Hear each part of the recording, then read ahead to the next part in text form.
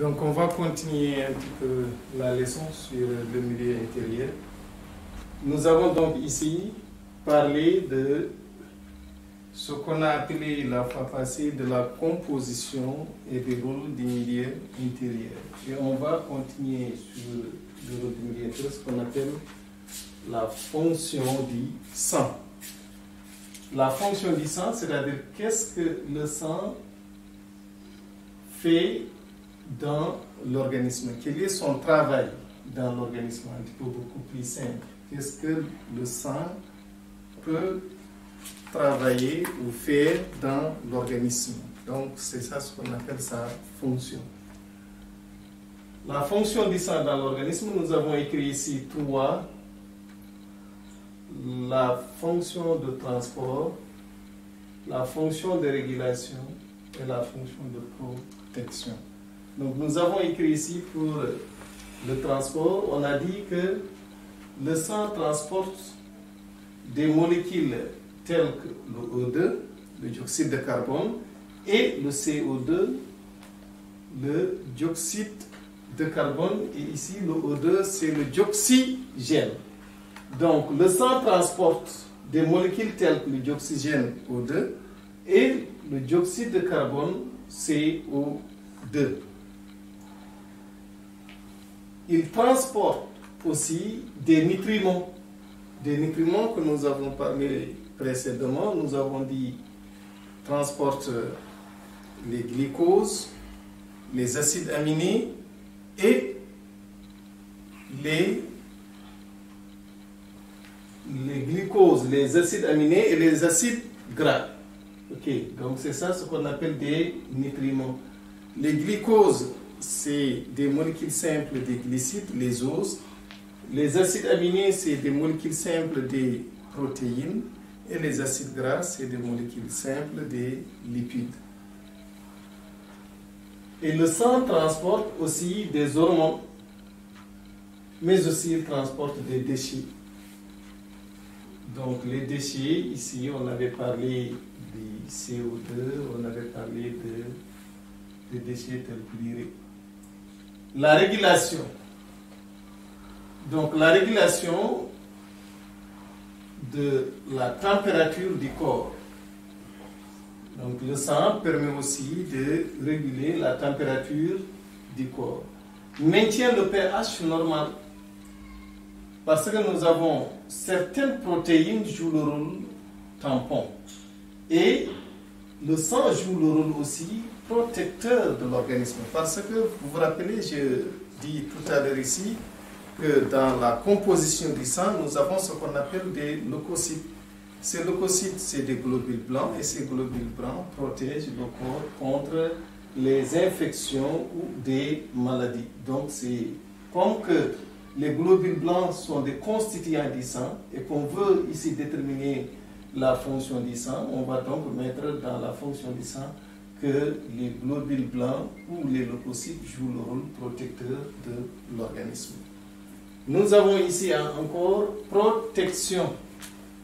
Protection parce qu'ils peuvent faire des préventions de l'hémorragie. On a parlé ici parce que nous avons dit qu'il y a des plaquettes qui sont des constituants du sang et qui jouent le rôle de lutter contre l'hémorragie sanguine en faisant ce qu'on appelle des coagulations. Prévention des infections aussi, nous avons parlé ici par rapport aux globules blancs. Donc c'est ça que nous avons résumé ici sous forme d'un petit tableau. On vous a résumé la fonction du sang en 3 catégories: transport, régulation et protection. Dans le transport, nous avons parlé de 4 éléments qui sont essentiels. Transport des molécules telles que le dioxygène O2 et le dioxyde de carbone CO2. Transport des nutriments que nous n'avons pas cité ici parce que nous avons cité précédemment les glucoses et les acides aminés, les acides gras. Transport des hormones aussi et transport des déchets. Ces 4 éléments qui sont cités dans le transport. La régulation, nous avons cité 3 éléments. Régulation de la température du corps, maintient le pH normal et joue le rôle protecteur de l'organisme. pour la protection, on a parlé de prévention de l'hémorragie et 2 éléments seulement, prévention des infections.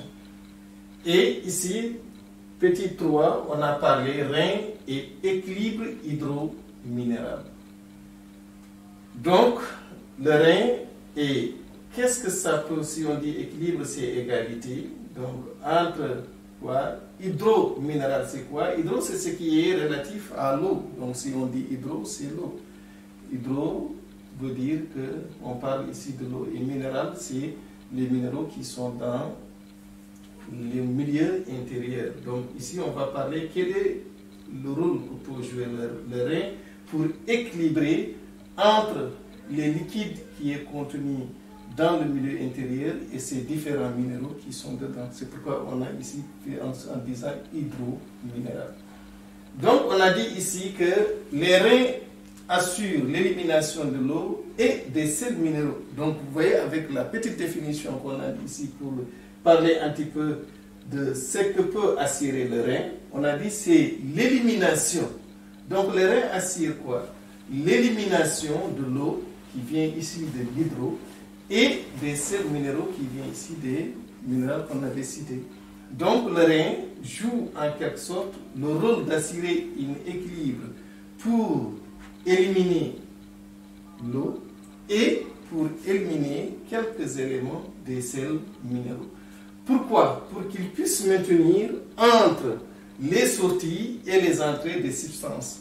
Donc les substances qui entrent et des substances qui sortent pour qu'ils puissent mettre ou maintenir de l'équilibre. Le néphron, c'est l'unité fonctionnelle du rein. Donc l'unité fonctionnelle du rein est appelée néphron. C'est pourquoi ici j'ai écrit en rouge pour que l'élève puisse quand même voir de manière beaucoup plus claire. Le néphron ou tube urinifère est l'unité fonctionnelle du rein. Donc, il joue le rôle de quoi? Il joue le rôle de former, à partir du plasma sanguin, ce qu'on appelle des urines. Donc, le néphron, qui est l'unité fonctionnelle du rein, c'est au niveau de ce néphron que se forment les urines. À partir de quoi? À partir du plasma sanguin. Donc, il se peut que la phrase soit un petit peu complexe de la manière dont on l'a expliqué ici, mais ce qui est essentiel, c'est que l'élève comprenne tout simplement que les urines se forment à partir du plasma sanguin, mais au niveau de quelle partie du rein? Au niveau de la partie qu'on appelle le néphron. C'est pourquoi nous avons dit que le néphron est l'unité fonctionnelle, c'est-à-dire c'est l'unité qui fonctionne au niveau des reins et qui permet aux reins de pouvoir fabriquer ce qu'on appelle les urines à partir du plasma. Maintenant, au niveau de ce plasma qui fabrique, ou bien au niveau de ce néphron à laquelle est fabriquée les urines par le plasma, se fait de 3 manières qu'on a citées ici: la filtration globulaire, la réabsorption tubulaire et la sécrétion tubulaire. Pourquoi on dit ça? Si on dit la filtration, c'est-à-dire que ça filtre, ça empêche à certaines substances de passer et ça laisse d'autres substances de passer. On dit donc qu'il y a la filtration. Donc ce rein qui joue le rôle de la filtration filtre quoi? Parce qu'on a dit ici, produit l'urine primitive. Donc la filtration globulaire produit l'urine primitive. Cette urine primitive, dont la composition est celle du plasma sans les protéines. Donc l'urine primitive, c'est presque la même chose que le plasma, mais seulement ce qu'il n'y a pas de protéines. Donc ces protéines qui ne sont pas, qu'on ne retrouve pas au niveau de l'urine primitive, c'est pourquoi on dit donc que le rein a filtré cette urine-là. Donc nous avons ici la réabsorption tubulaire. Cette réabsorption tubulaire renvoie dans le sang quoi?